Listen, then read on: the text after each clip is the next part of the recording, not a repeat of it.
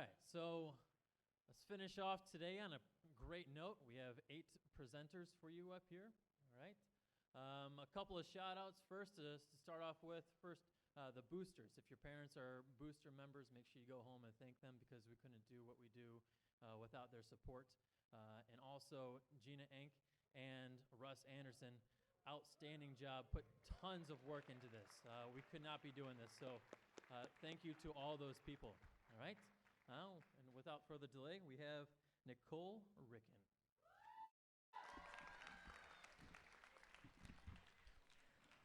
One of my favorite philosophers once said, "With life as short as a half-taken breath, don't plant anything but love."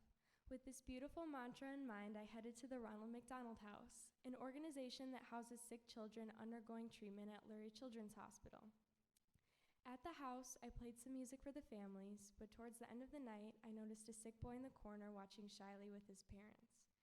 I waved him over, and hesitantly at first, he started to dance, and then dance some more. In this moment, as I saw the pure joy on the faces of the little boy and his parents, I realized that in my whole entire life, nothing had mattered more than the ability to bring joy to one little heart. And so I'm completing my high school career with more gratitude in my heart than I ever imagined possible. Since writing the theme song for an organization called the True 365's Emmy Award-winning childhood cancer documentary, I've been able to advocate for kids with cancer and make a difference on a global level. I've experienced deep loss throughout the process, as many of the children I've met along the way have passed away. Despite the constant grief of losing my sweet friends to this awful disease, I continue to dedicate my life to infusing my actions with the same unconditional love that these children offer me time and time again. An inspiration of mine named Madison in the childhood cancer community says, "Compassion is not a virtue, it's a commitment. It's not something we have or don't have, it's something we choose to practice." I've chosen to commit myself to compassion because until there's no more suffering in our world, there's always more to be done, more hearts to ignite, and more souls to touch. And so I'd like to play a song for you guys. This is a treasure I wrote for my friend Delaney Clements, who is currently on hospice after a long battle with neuroblastoma. This is called "I Always Do."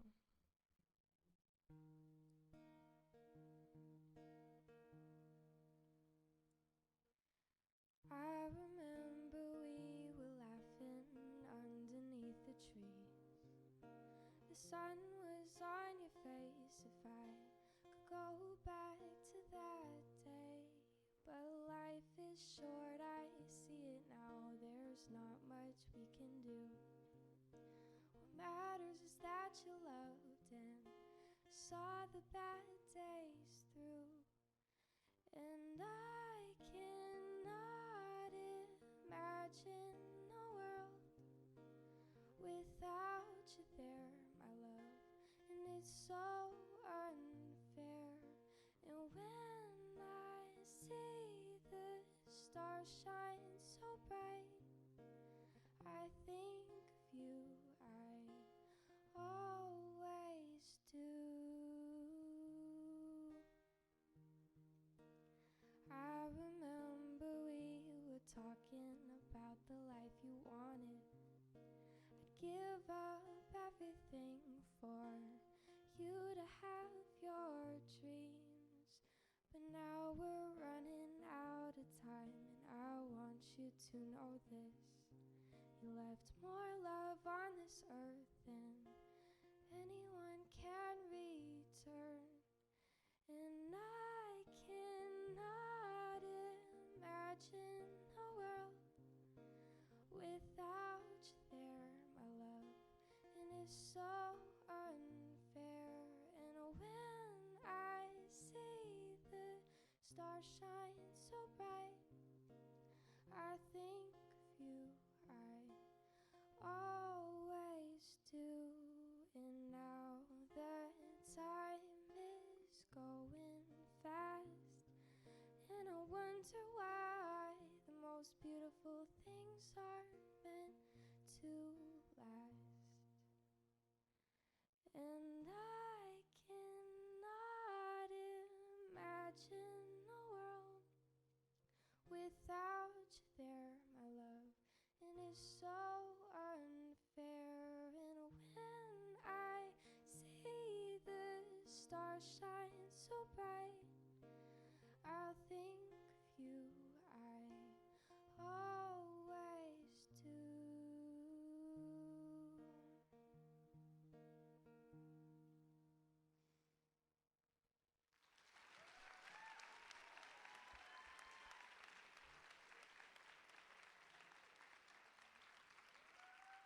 Up next is Lisa Chen.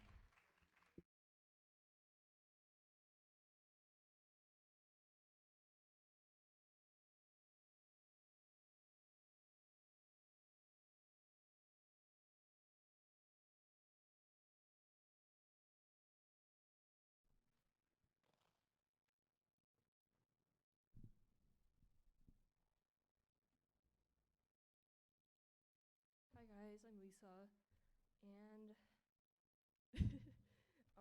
I'm just gonna get started right here because I'm really nervous. So I feel like if I just jump into things, maybe it'll go by quicker. If Pinocchio tells you that his nose will grow, his nose stays the same size because he is lying and telling the truth at the same time, and it cancels out. Or maybe, if Pinocchio tells you that his nose will grow, he is telling the truth and his nose will shrink, defying all laws of fairy tale telling. If Pinocchio tells you that his nose will grow, the only thing that is certain is that he is not a real boy. According to Gödel's first incompleteness theorem, there are true statements that are unprovable within the system. In this case, the system is defined by whether or not Pinocchio's nose grows. If we assume that Pinocchio really is telling the truth, this is an example of a true statement that we cannot prove within the system, a paradox in simpler terms. I come from a world of paradoxes and contradictions that never end. I come from a world where a rose is not a rose, and at the same time it is. I live in the Chicago suburbs, and though it's quite different from the city itself, my world is still divided into a north and south side. My house is located in a fairly privileged area with stay-at-home moms who love to kickbox together as their daily workout routine. On the other hand, my parents grew up as poor, skinny kids who made their shoes out of the tattered clothes they outgrew. I was born in Mobile, Alabama, just below the heart of the South, but I currently live in one of the more liberal cities in America. Naturally, I was born a contradiction. A Pinocchio-nosed girl unsure of how to grow, a point without a charge in the middle of an electric field. I am a bright brain kid with lists of integrals and functions stacked neatly in boxes. I am a bookworm with hands permanently stained with oil paint from last week's art lesson. Coming from an Asian family whose success was based on persistent studying and doctorate degrees, academics play a big role in my life. Since third grade, I had been one of the gifted kids, a select group of students who excelled on the Illinois Standardized Achievement Test when we took it as squirmy little second graders. Teachers constantly stuffed me with knowledge, which I mindlessly accepted as a little kid. Yet within all the facts and equations, I found comfort in the logic of math, beauty in the order of the periodic table, and joy in the axis of graphs. But I'm not purely intellectual. I learned how to paint before even learning how to write my name legibly. Careless kindergarten doodles progressed to rendered sketches, which transformed into surreal paintings, eventually developing into devotion to the arts. It was another kind of learning to simply see what was around me to show people my ideas, even as a barely literate child. Two schools of thought have collided to form a true statement unprovable within the system. I am a paradox. And if Pinocchio tells you that I'm a paradox, the only thing that is certain is that I am a real girl.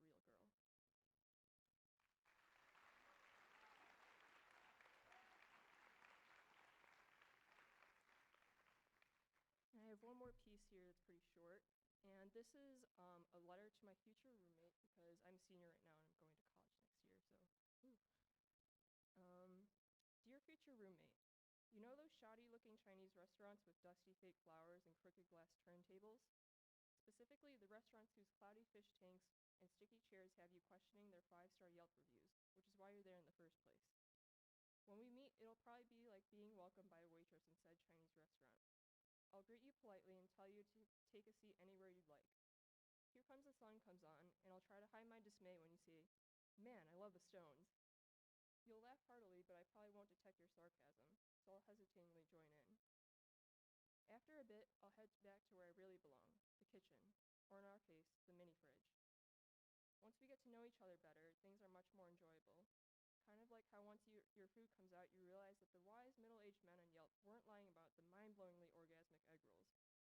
What you ordered is more intriguing, my unexpected ability to draw a figure in 30 seconds, complex, my interest in the chemistry of art restoration, and fun, my overwhelming enthusiasm to get sushi with you at 3 a.m. on weekdays, than just any old Chinese takeout.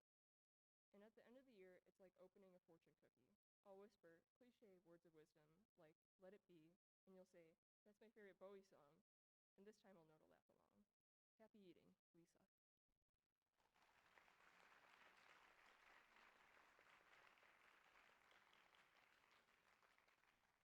And next up is William Wang.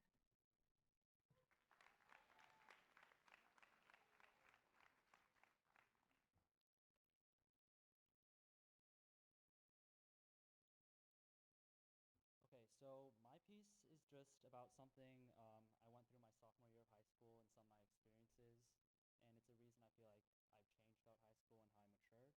It's just basically a story about my life that I feel like I should tell. So yeah. Something about rain simply can't be described. Perhaps it is its transparent nature, since looking up during a light rainfall, one would hardly notice the tiny droplets of translucent water falling from the tundra sky. However, a quick glance down and the presence of rain becomes evident. It is a catalyst of vitality. Rooftops gleam, tan sidewalks stain dark brown, and leaves burn a sharp green. Everything intensifies. It's as if the sky loses its various complexions and hues to give color to the life below. Whether it's the monochromatic gray that accompanies rainfall or the profundity of thousands of droplets of water falling from the unseen sky, rain has been present on many of the most significant days of my life. On one such afternoon, the luster in my world faded, and there was only the wet monochrome gray above. My mother was diagnosed with breast cancer. I stood at the door in stunned disbelief. Outside, the rain carried on, washing over everything, revealing vibrant colors. But all I heard was the static pitter-patter of denial. I took a walk that night. The moon shone brightly, unobscured by the opaque cumulus clouds from earlier. The cool nighttime breeze swept me into a peculiar state of mind that I had not yet experienced in my brief and carefree existence. Like the luminous moonlight reflecting off the droplets of water on each blade of grass, I too contemplated in an hour of self-reflection. Purpose, ambition, words that never resonated with me began to uncover the principles. My mom's battle with cancer didn't change her perspective on life very much, but it did change mine. She would always remain upbeat and try her best to accomplish the daily tasks that had now become so tiring and arduous. Even when she made the absolute decision to shave her head, she sat down at dinner that night with her long, black hair vanished and pretended as if nothing had changed. Oftentimes, she would remain resigned to her bed for days at a time, weakened from her weekly chemotherapy treatments. As a result, I became more self-reliant. I learned how to cook and clean and accomplish basic tasks that I probably should have learned many years ago. I took care of my sister and went through the difficult process of learning to balance school, my social life, and my increased responsibilities at home. In many ways, I was forced to mature. Many nights I would come home late from school after debate practice with just enough time to cook dinner for my family with my father.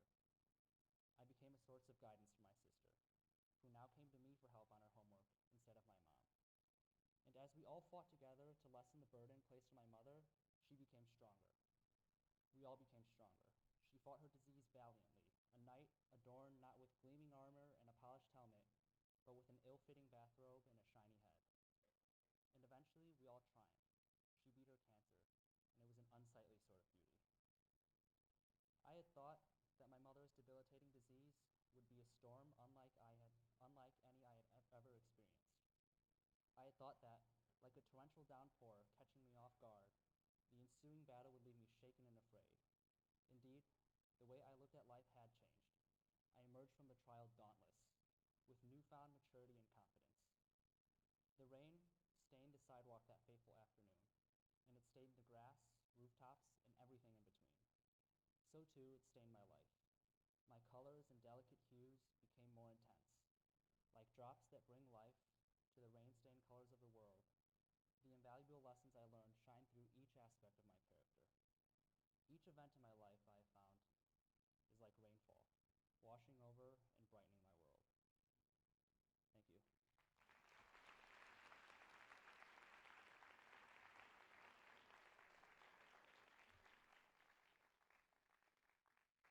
And next up, one of my English classmates, Sarah Hoadley.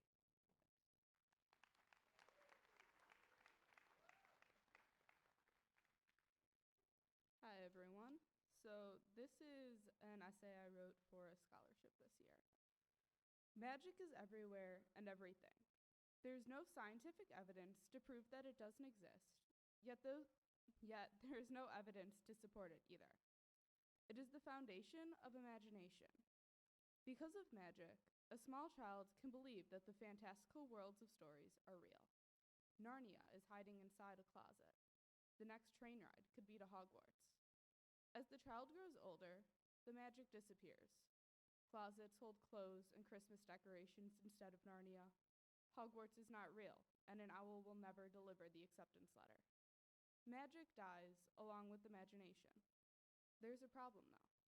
If you cannot imagine, how can you invent? Magic drives imagination, and imagination drives innovation. If we, as a society, are constantly telling children to grow up because magic isn't real, how can we expect them to imagine and build a better future? Magic is a crystal ball. If you hold it tightly and know how to use it, you can clearly see the past, present, and future. However, if it falls, it shatters and cannot be rebuilt. The future becomes jagged and distorted. There is more to magic than wand waving or controlling the elements. It is everything we do not understand, and most of what we do. Math, science, and the unknown rolled into one. As Albert Einstein once said, the most beautiful thing we can experience is the mysterious. Magic pushes the limits of a person's perceptions. AP Physics, or as my class called it, AP Magic, challenged me to view the world as numbers, with negative 9.8 meters per second squared holding me down to Earth. But AP Chemistry offers a chance to see the reactions when the elements are combined. What happens when magnesium is burned in dry ice? Not only does it look really cool, but it reveals that oxygen is not a prerequisite for fire, and it betrays carbon's place in the reactivity series. Math is another form of magic. Just as a magician knows how to manipulate an audience, as a student, I'm constantly learning how to manipulate math problems. Armed with only a pencil, I have the power to transform letters into numbers, and then use those numbers to form a hypothesis. Percy Diaconis, a professor of statistics and mathematics at Stanford University and a professional magician, said, "Designing a magic trick is like solving a math problem. You have a set of constraints, and you know what you want to accomplish, but not how you're going to accomplish it. You must reverse engineer to create that effect." Science and math are always surrounding me, creating magic tricks that I want to solve, and encouraging me to design my own. The future is happening, and I want to be a part of it. Asteroid mining is no longer science fiction, with NASA's OSIRIS-REx beginning its journey to the asteroid Bennu in September 2016. Innovations in healthcare are leading to medical treatments personalized to the patient's genome. There are so many different paths and opportunities. The magic trick is waiting. I am who I am because of magic. It helps me find my own path and pursue my dreams. Discovering the magic in science and math has allowed me to see the world with open eyes and imagine a better future. The trick is set. Now it is time to shuffle the cards and begin.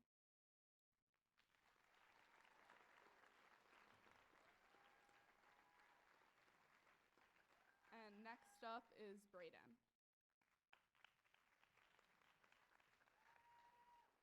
Hey guys, how's everybody doing? All right. Uh, I'm Brayden, and I wrote poetry slam because I love poetry so much. It's called Mental Pills and Poetic Spills, so enjoy. I cannot control the gears and causes that incessantly turn in my mind as my mental foundation cracks much like a decrepit arthritic spine. Years of repulsive thoughts nest behind these eyes, reminding me of the choices I've made and the sadness that lies. So I churn it over like country crocks butter, burning out the pain with my celestial lighter. For I cannot control it, no, of course not. These bitter bouts of emotional turmoil that leave me screaming, it's a nightmare, kid. You can't awake from it, so suck it up and face the beating. I'm chained down, paying my debt to this illness. I'm Prometheus, led up to the mountains of Caucasus to be restrained with adamantine chains. This illness does not own me, but sometimes I take it and I plead guilty. Then it begins force feeding me with heavy dose of, well, son, you're delirious. And I yell back at it and say, well, this speech seems tedious. Yet I still believe it. I'm manic, I'm ecstatic, I'm depressed. Coursing through my veins is warm crimson gold, but I begin to slice it open and it starts to get cold. Days of torment isn't the end, though.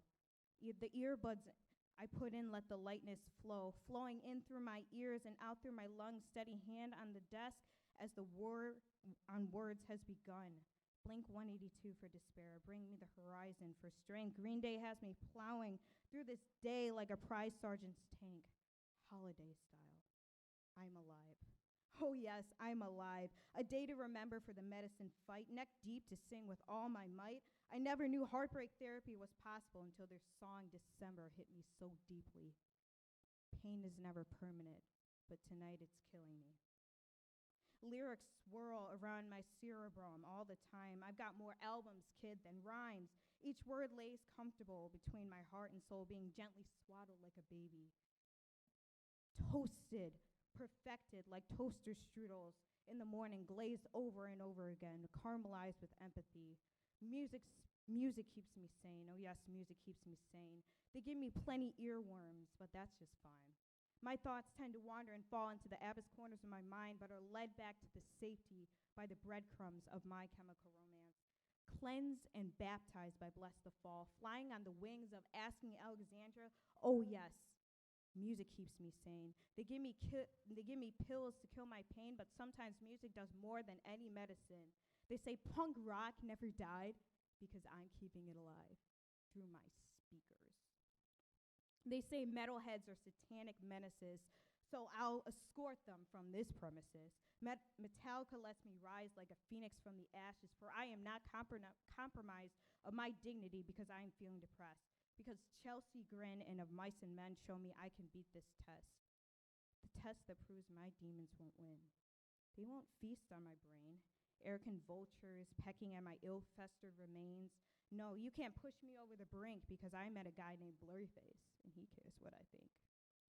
Flooding into my eardrums are countless spoonfuls of peace. Piano ballads slowly drip into me like morphine. Metal guitar solos and good old Tom Petty. I own the pen in my hand and the words on the sheet, not the anxiety paralyzing me.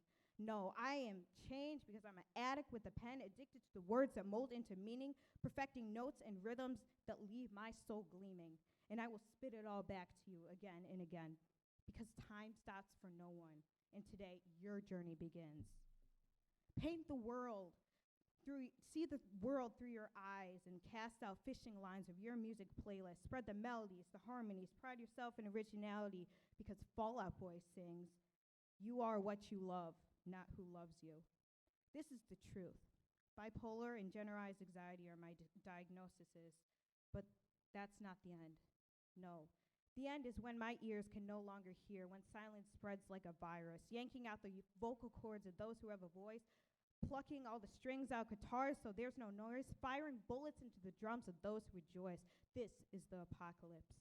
A nuclear detonation of the arts. This, my friend, is where true insanity meets all humanity.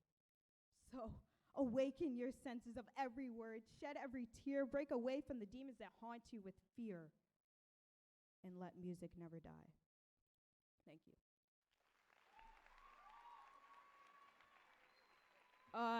Next up is Julia Severance.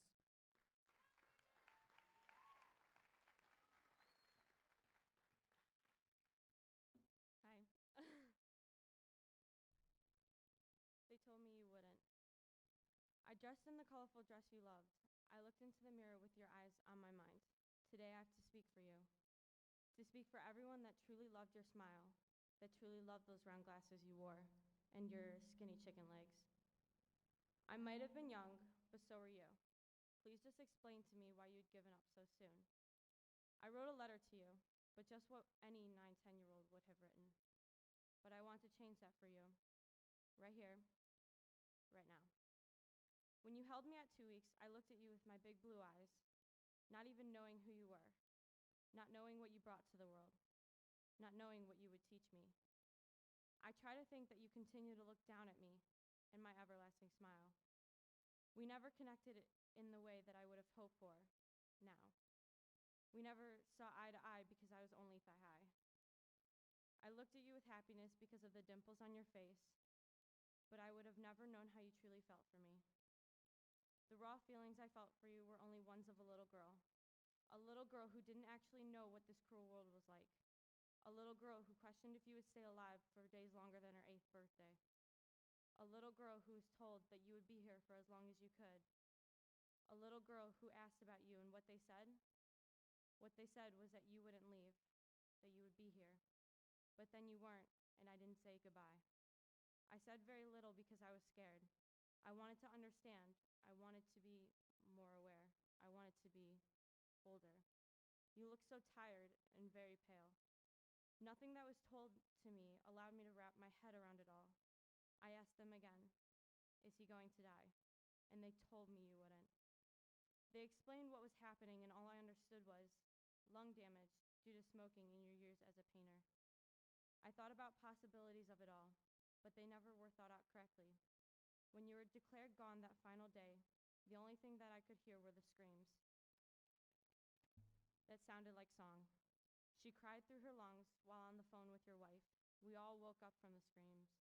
We all packed our bags as quickly as we needed to. We all got into the car understanding one thing, that you were gone.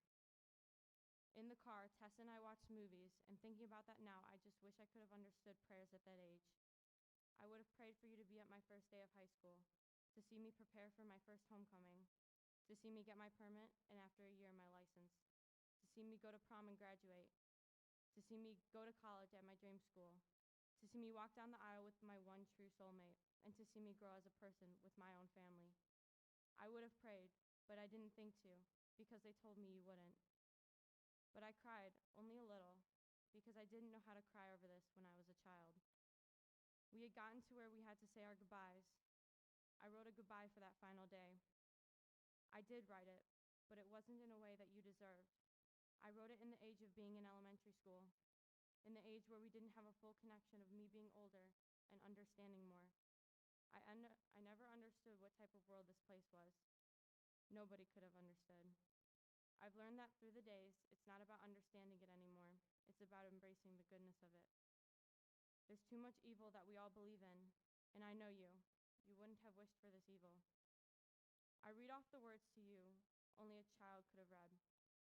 I had tears running down my face because you were worth it. You were worth every word I read and more. But now, you are worth these words and so much more, because they told me you wouldn't.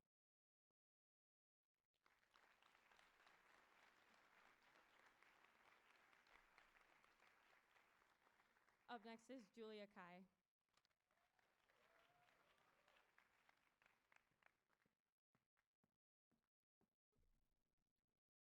Hi everyone. Oh, hi mom.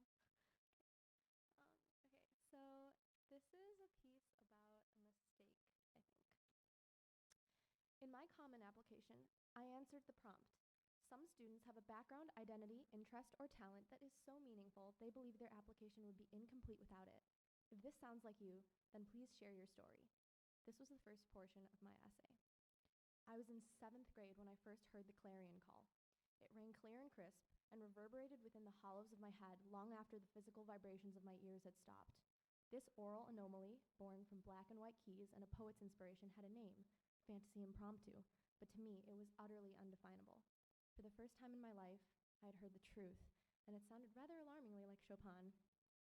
I could say that there are no words that could capture the beauty of even one line of the melody, and that I didn't know what passion was until then. Even now, I wish I could relive that instant when I first heard the recording, so that I might feel that precious heart swell that happens so rarely in a lifetime, But beyond my insufficient attempts at elocution is the fact that music suddenly mattered to me where before there was only grudging obedience and scant appreciation. Frankly, I was alarmed that something I had grossly neglected in my life had suddenly seared its way to such precedence in the span of 5 minutes and 33 seconds. That was the first thing music taught me, to accept that my judgments could be wrong. Now, during the long and grueling college application process, I said a lot of things, like, ever since I was a young girl, Harvard has been the only school for me. Or, ever since I was a young girl, Princeton has been the only school for me. Well, joke's on them, because it was Yale all along. Actually, that's not really true either, because I'm just a small, angry, and bitter person over this whole thing. So, the 2 paragraphs I just read to you were some of the few words I wrote, which I meant with all of my being, honestly. Music is my background, interest, identity, and talent, and my life would be incomplete without it. Yet I didn't apply for music to any school except for one. I hesitate to share the story because on December 15th, a few hours before my winter band concert, I received my acceptance notification to Yale, but I swear this is a story about failure, because fairly recently I received an email from Northwestern which read, "Dear Julia, thank you for your submission of a pre-screening recording to the Beanan School of Music. After reviewing your preliminary materials, we regret that we are unable to offer you an audition to the music major." I cried a lot, but I saw it coming because I had decided the week before pre-screenings were due that I wanted to actually send in materials. I recorded the videos over Thanksgiving break, and to top it all off, I submitted the application late because I took a nap, woke up at 11:10 p.m., and realized that the deadlines were in Eastern time. In the end, I was left asking myself why I didn't decide earlier, didn't record sooner, didn't send in 10 music apps by December 1st instead of 1. Yale had everything but the undergraduate music program that I wanted so badly, and I didn't realize how much that mattered to me until there was no way I could have it anymore. I want to take a second to talk about my mom. This might seem random, but nowhere during my college application did I get to write about her, which is really the greatest tragedy, so I'm saying it now. Mom is my bedtime story, my inspiration, and my favorite legend, because despite circumstance, poverty, government, and chance, she grew from her little northern Chinese village to attend the best university in the country. I play the flute. She literally read what she could scrounge by oil lamp. She spent the past 17 years of her life making sure that I had every opportunity possible. And when it came to college, she had reservations about me majoring in music. In my worst moment, I blamed my parents for stifling my interest in music until it was too late. I will never blame them again, because it's by their effort and love that I could study music in the first place. Everything else was my own fault, because I didn't have the confidence to follow what I now know is my dream. But this can also be a blessing in disguise. I felt entitled, insensitive, like I didn't deserve to be upset when many of my best friends hadn't even received an acceptance. But then I think that being upset is a fair indicator that you care. I was complacent. Music really is something where you get out as much as you put in. I had put in less effort as homework and other activities took up more of my time, and music had still patiently took my hand and rewarded me. I'll look at this rejection as a reminder that I can never sit and wait for success to come to me. I take another second to thank my friends, because they've helped me find so much of that success, and were also grossly neglected in my college apps. As I sadly ate chili cheese fries with Annie, she told me, "If you devoted as much time as you did music to any other subject like physics or math, no one would even question the inevitability of you going into that field." Or Susan, who spewed a bunch of insults at Northwestern and told me, "Julie, you're just a 17-year-old who wants to follow her dreams in this dark and ugly world." Thanks, guys. Your wisdom and melodrama gives me the strength to stand here and maybe follow those dreams. I don't know if or when another 5 minutes and 33 seconds will ever come, but music teaches me every day that I will never do things right, only better. So I'll stop regretting. I will keep playing, because this gift has always been worth more than the white noise of my indecision, and maybe someday it will give me another chance to prove myself. So here's to hoping. Up next is Bethany Akwanwa.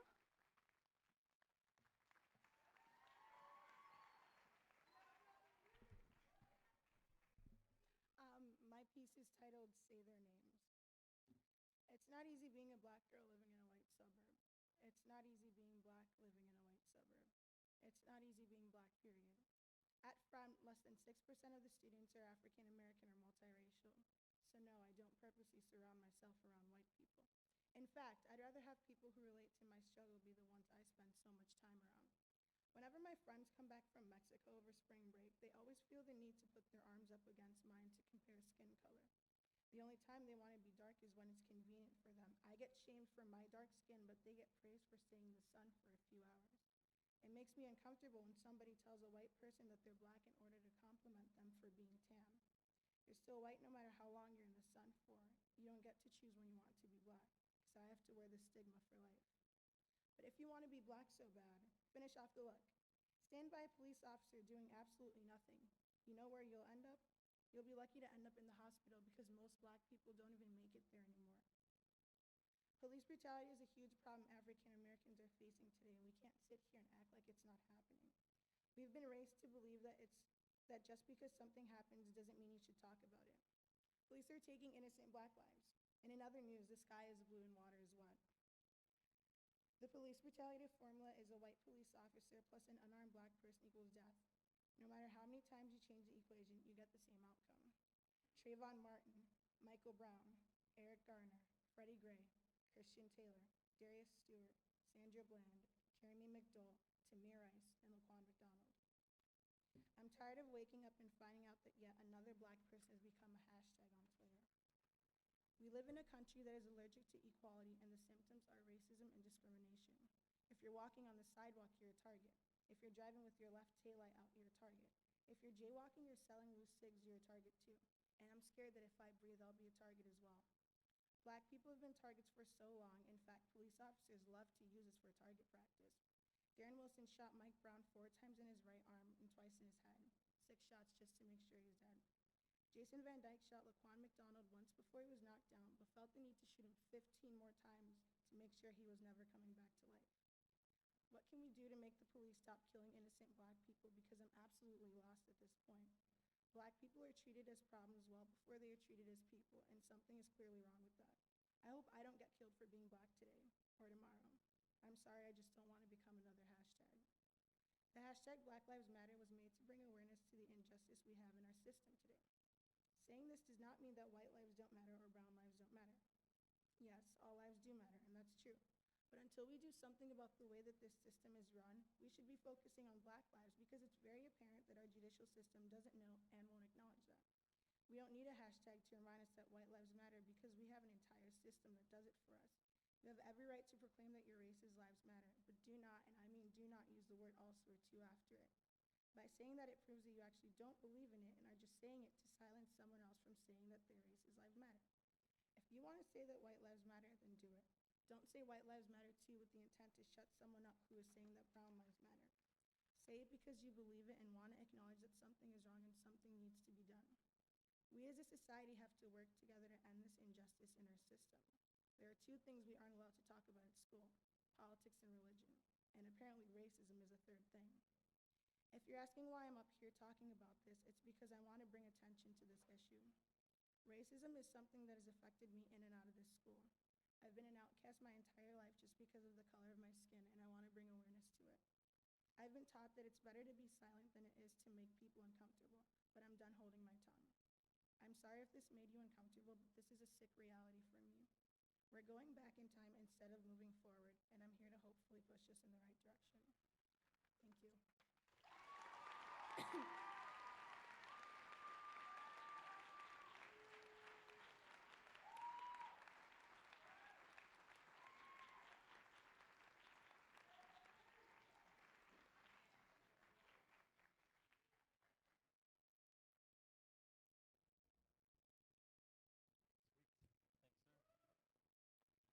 Let's hear it for our tech crew, right? All right, so before we started this 8th period, I asked everyone to brainstorm first inspiration. So we'll pass the mic and see where you guys get your inspiration from. Well, I don't know. I just really love music. So, rap, hip hop, rock, especially metal. It's all speaks to me. So, poetry helps and just kind of flows. So, For that specific piece, my inspiration came from my grandma because she had a really rough time with my grandpa's death, and it was just came to mind. My inspiration was really just the news and how different it portrayed black people being murdered to white people being murdered.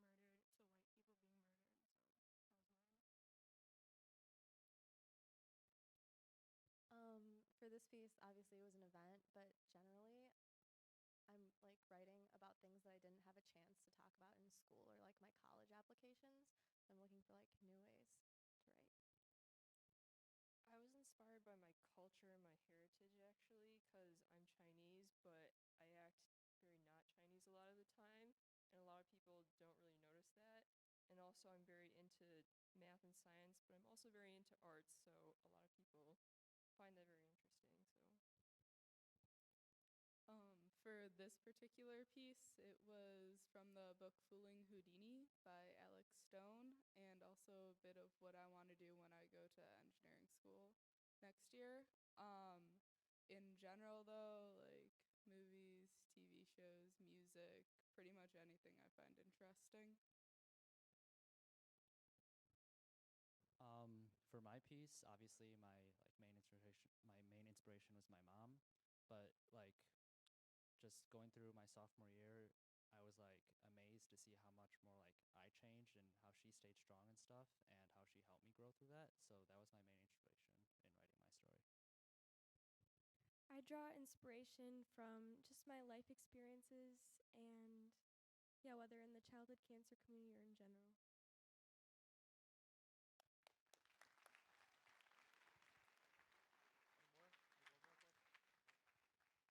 And then the second question I asked them to brainstorm as they were sitting up here is describe your writing process, however you would like, but describe it.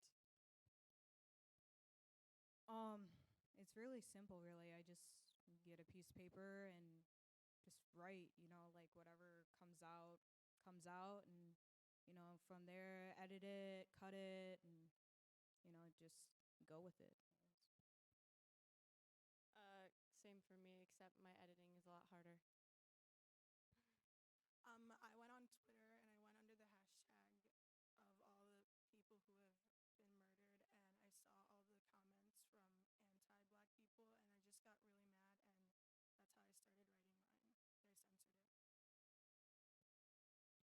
mine. But I censored it. I usually start with like an idea or a line that I really like, and I just like build a lot off of that. And then after I have all my thoughts down, I trim it down to be more concise. I'll be honest, a lot of my writing process is just thinking, so it's just me sitting there like for like a really, really, really long time. But eventually, like Julia, I'll get an idea that really inspires me, and I'll write a piece around that. Yeah, so my writing process is generally waiting till the last possible minute, then going to the computer and slamming out like 3 hours of typing at a time, and then saying, oh, I should probably get this edited. Let me shoot off an email to Mrs. Zank. um, and then, just work from there. I think my writing process is similar to a lot of people's. I usually, like they said, I usually like sit there